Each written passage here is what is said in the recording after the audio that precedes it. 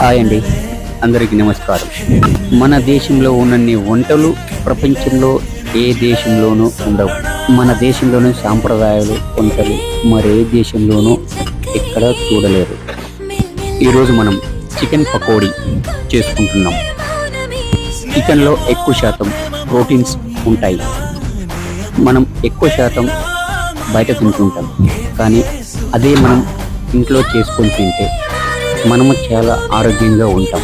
మన పెద్దలు ఒక మాట చెప్పేవారు, ఆరోగ్యమే మహాభాగ్యం. తప్పకుండా అందరి ఆరోగ్యాలు బాగుండాలని కోరుకుంటున్నాను.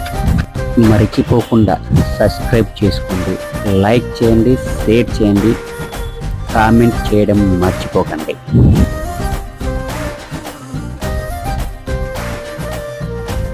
Wow, super! Please subscribe.